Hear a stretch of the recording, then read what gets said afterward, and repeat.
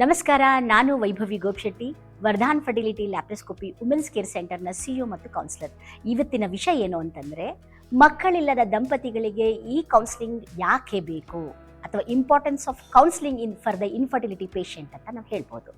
ಈಗ ನಾವು ಎಲ್ಲರೂ ಥಿಂಕ್ ಮಾಡೋದೇನೆಂದರೆ, ಮಕ್ಕಳಿಲ್ಲ, ಮದುವೆಯಾಗಿ 1 ಅಥವಾ 2 ವರ್ಷ ಆಗಿದೆ, ಮಕ್ಕಳಿಲ್ಲ ಅಂದಮೇಲೆ ಡಾಕ್ಟರ್ ಹತ್ರ ಹೋದರೆ ಸಾಕು, ಟ್ರೀಟ್ಮೆಂಟ್ ತೊಗೊಂಡು ಹೋದರೆ ಸಾಕು, ಮಕ್ಕಳಾಗುತ್ತೆ ಅನ್ನೋದು ಅದು ತುಂಬ ತಪ್ಪು. ಮೊದಲು ನಮಗೆ ಕೌನ್ಸಿಲಿಂಗ್ ಅನ್ನೋದು ಬಹಳ ಇಂಪಾರ್ಟೆಂಟ್ ಆಗುತ್ತೆ. ನೀವು ಫಿಸಿಕಲಿ ಇಂಜೆಕ್ಷನ್ ಮೆಡಿಸಿನ್ಸ್ ತೊಗೊಳ್ಳಿಕ್ಕೆ ರೆಡಿ ಇರಬಹುದು, ಆದರೆ ಸೈಕಾಲಜಿಕಲ್ ಫ್ಯಾಕ್ಟರು, ಮೆಂಟಲ್ ಹೆಲ್ತ್ ಕೂಡ ತುಂಬ ಮ್ಯಾಟರ್ ಆಗುತ್ತೆ. ಯಾಕೆ ಅಂದರೆ ಈ ಟ್ರೀಟ್ಮೆಂಟಲ್ಲಿ ಹೆಂಡತಿ ಗಂಡಗೆ ತುಂಬ ಸಪೋರ್ಟಿವ್ ಆಗಿ ಇರಬೇಕಾಗುತ್ತೆ. ಸೊ ಕೌನ್ಸಿಲಿಂಗ್ ಅವಶ್ಯಕತೆ ಇದೆ. ಯಾಕೆಂದರೆ ಮದುವೆ ಆದಮೇಲೆ ಮಕ್ಕಳಾಗಲಿಲ್ಲ ಅಂತಂದರೆ ನಾವು ಏನು ಮಾಡ್ತೀವಿ, ಯೂಸ್ವಲಿ ಪ್ರಾಬ್ಲಮ್ ನಿನ್ನ ಹತ್ರ ಇರ್ಬೋದು ನಾವು ಒಂದು ಈಗೋ ಬರುತ್ತೆ. ನಮ್ಮದು ಇಂಡಿಯಾದಲ್ಲಿ ನಾವು ಜೊತೆಗಿರೋದ್ರಿಂದ, ತಂದೆ ತಾಯಿ ಆಗಿರ್ಬೋದು, ಅತ್ತೆ ಮಾವ ಆಗಿರ್ಬೋದು, ಅಣ್ಣ ತಮ್ಮಂದಿರಾಗಿರ್ಬೋದು, ಜೊತೆಗಿರೋದ್ರಿಂದ ಪ್ರೈವೇಸಿ ಇರೋದಿಲ್ಲ. ಸೊ ಸಮಸ್ಯೆಗಳ ಬಗ್ಗೆ ನಾವು ಮಾತಾಡಲಿಕ್ಕೆ ಫ್ರೀಡಮ್ ಇರೋದಿಲ್ಲ. ಸೊ ಅದಕ್ಕಾಗಿ ಹೆಚ್ಚಾನೆಚ್ಚು ಗಂಡ ಹೆಂಡತಿ ಒಟ್ಟಿಗೆ ಆಗಿ ಕುಳಿತುಕೊಂಡು ಮಾತಾಡಿರಲ್ಲ ಇದ್ರ ಬಗ್ಗೆ.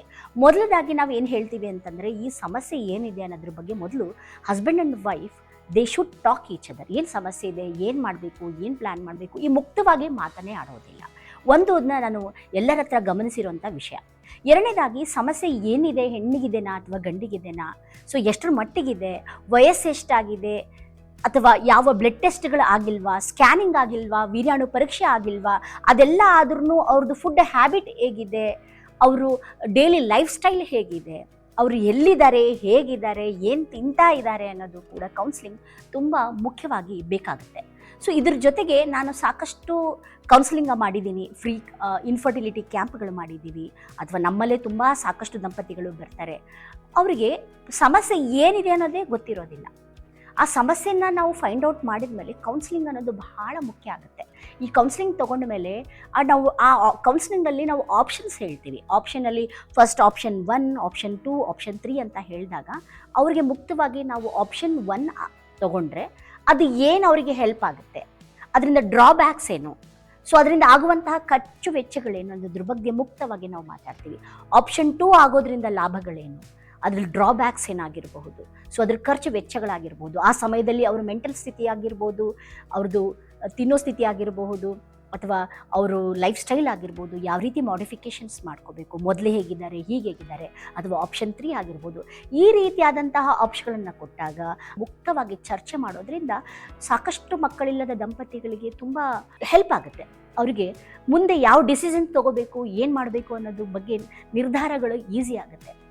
ಈ ಕೌನ್ಸಿಲಿಂಗ್ ಅಂದರೆ ಕೇವಲ ಅವ್ರ ಟ್ರೀಟ್ಮೆಂಟ್ ಪಾರ್ಟ್ ಅಷ್ಟೇ ಅಲ್ಲ, ಅವ್ರ ಸಂಬಂಧಗಳು ಹೇಗಿದೆ, ಮನೆಯಲ್ಲಿ ಹೇಗಿರ್ತಾರೆ, ಸೊ ಅವ್ರದ್ದು ಹೆಲ್ತ್ ವೈಸ್ ಆಗಿರ್ಬೋದು, ಇದನ್ನೆಲ್ಲನೂ ಕೌನ್ಸಿಲಿಂಗ್ಲಿ ತೊಗೊಂಡಾಗ ಆಗಿರುವಂತಹ ಅಲ್ಲಿ ಗಂಟುಗಳನ್ನು ಬಿಡಿಯಾಗಿ ಬಿಡಿಸ್ಕೊಂಡು ಹೋದರೆ ನೇರವಾದಂತಹ ದಾರಿ ಅವರಿಗೆ ತೋರಿಸಿಕೊಡುತ್ತೆ. ಸೊ ಅವ್ರ ಚಿಂತೆಗಳಿಂದ ಮುಕ್ತ ಆಗ್ತಾರೆ. ಯಾವಾಗ ಚಿಂತೆಗಳಿಂದ ಮುಕ್ತ ಆಗ್ತಾರೆ, ಮನಸ್ಸು ಸಮಾಧಾನವಾಗಿರುತ್ತೆ. ಮನಸ್ಸು ಸಮಾಧಾನವಾಗಿದ್ದಾಗ ಟ್ರೀಟ್ಮೆಂಟ್ ಪಾರ್ಟ್ ಅವರಿಗೆ ಕಣ್ಣಿಗೆ ಕಾಣಿಸುತ್ತೆ. ಸೊ ಈ ಟ್ರೀಟ್ಮೆಂಟು ನಮಗೆ ಈಸಿ, ನಾವು ಈ ರೀತಿಯಾಗಿ ರೆಡಿ ಆಗಬೇಕು ಅನ್ನೋದು ಒಂದು ಅವಕಾಶ ಸಿಕ್ಕಿದಾಗ ಟ್ರೀಟ್ಮೆಂಟ್ ಆಗಿ ಅವ್ರು ಸಕ್ಸಸ್ ರಿಸಲ್ಟ್ ಬರುತ್ತೆ. ಸೊ ಯಾವಾಗೇ ಆಗಲಿ ಇನ್ಫರ್ಟಿಲಿಟಿ ಪೇಷಂಟ್, ನಿಮ್ಗೆ ಯಾವುದೇ ಸಮಸ್ಯೆ ಇರಬಹುದು, ಮಕ್ಕಳಾಗಲಿದೆ ಇರಬಹುದು, ನಿಮ್ಮ ಗರ್ಭಕೋಶ ಪ್ರಾಬ್ಲಮ್ ಇರಬಹುದು, ಅಥವಾ ನಿಮಗೆ IUI ಆಗಿ ಫೇಲ್ಯೂರ್ ಆಗಿದ್ದರೆ ಆಗಿರ್ಬೋದು, IVF ಆಗಿರ್ಬೋದು, ಲ್ಯಾಪ್ರೋಸ್ಕೋಪಿ ಆಗಿರ್ಬೋದು, ಸ್ಪರ್ಮ್ ಕೌಂಟು, ಮೊಟಿಲಿಟಿ, ಮಾರ್ಫಾಲಜಿನಲ್ಲಿ ಸಮಸ್ಯೆಗಳಿರಬಹುದು. ನೀವು ಏನೇ ಮುಕ್ತವಾಗಿ ಮಾತಾಡ್ಕೊಳ್ಳೋಕೆ ಆಗಲಿಲ್ಲ ಅಂದರೆ ಒಂದ್ಸಲ ನೀವು ವರ್ಧಾನ್ ಫರ್ಟಿಲಿಟಿಗೆ ಭೇಟಿ ನೀಡಿ, ನಾವು ಮುಕ್ತವಾಗಿ ಮಾತಾಡೋಣ, ನಿಮ್ಮ ಸಮಸ್ಯೆಗಳಿಗೆ ಪರಿಹಾರ ಹುಡ್ಕೋಣ. ಯಾಕೆ ಅಂತಂದರೆ ನಿಮ್ಮ ಮಾತುಗಳನ್ನು, ನಿಮ್ಮ ಸಮಸ್ಯೆಗಳನ್ನು ಕೇಳೋದ್ರಲ್ಲೂ ನನಗೂ ತುಂಬ ಸಂತೋಷ. ನಿಮಗೆ ಎಲ್ಲೋ ಒಂತಲ್ಲಿ ನಿಮ್ಮ ಮಾತುಗಳನ್ನು ಕೇಳ್ತೀನಿ, ನಿಮ್ಗೆ ಎಲ್ಲೋ ಒಂತಲ್ಲಿ ಇಂಡೈರೆಕ್ಟ್ಲಿ ಆಗಿ ಸಹಾಯ ಮಾಡ್ತೀನಿ ಅನ್ನೋದು ಒಂದು ತುಂಬ ನನಗೆ ಖುಷಿ ಕೊಡುತ್ತೆ. ಆ ದಿಸೆಯಲ್ಲಿ ನೀವು ಯಾವಾಗಾದರೂ ಈ ಫ್ರೀ ಬುಕ್ಕಿಂಗ್ ಮಾಡಿಕೊಂಡು ಕೌನ್ಸಿಲಿಂಗ್ನ ಪಡ್ಕೋಬಹುದು. ಸೊ ಯಾವಾಗಲೂ ನಿಮಗೋಸ್ಕರ ಕೌನ್ಸಿಲಿಂಗ್ ಮಾಡಲಿಕ್ಕೆ ನಾನು ಯಾವಾಗಲೂ ರೆಡಿ ಇರ್ತೀನಿ. Thank you.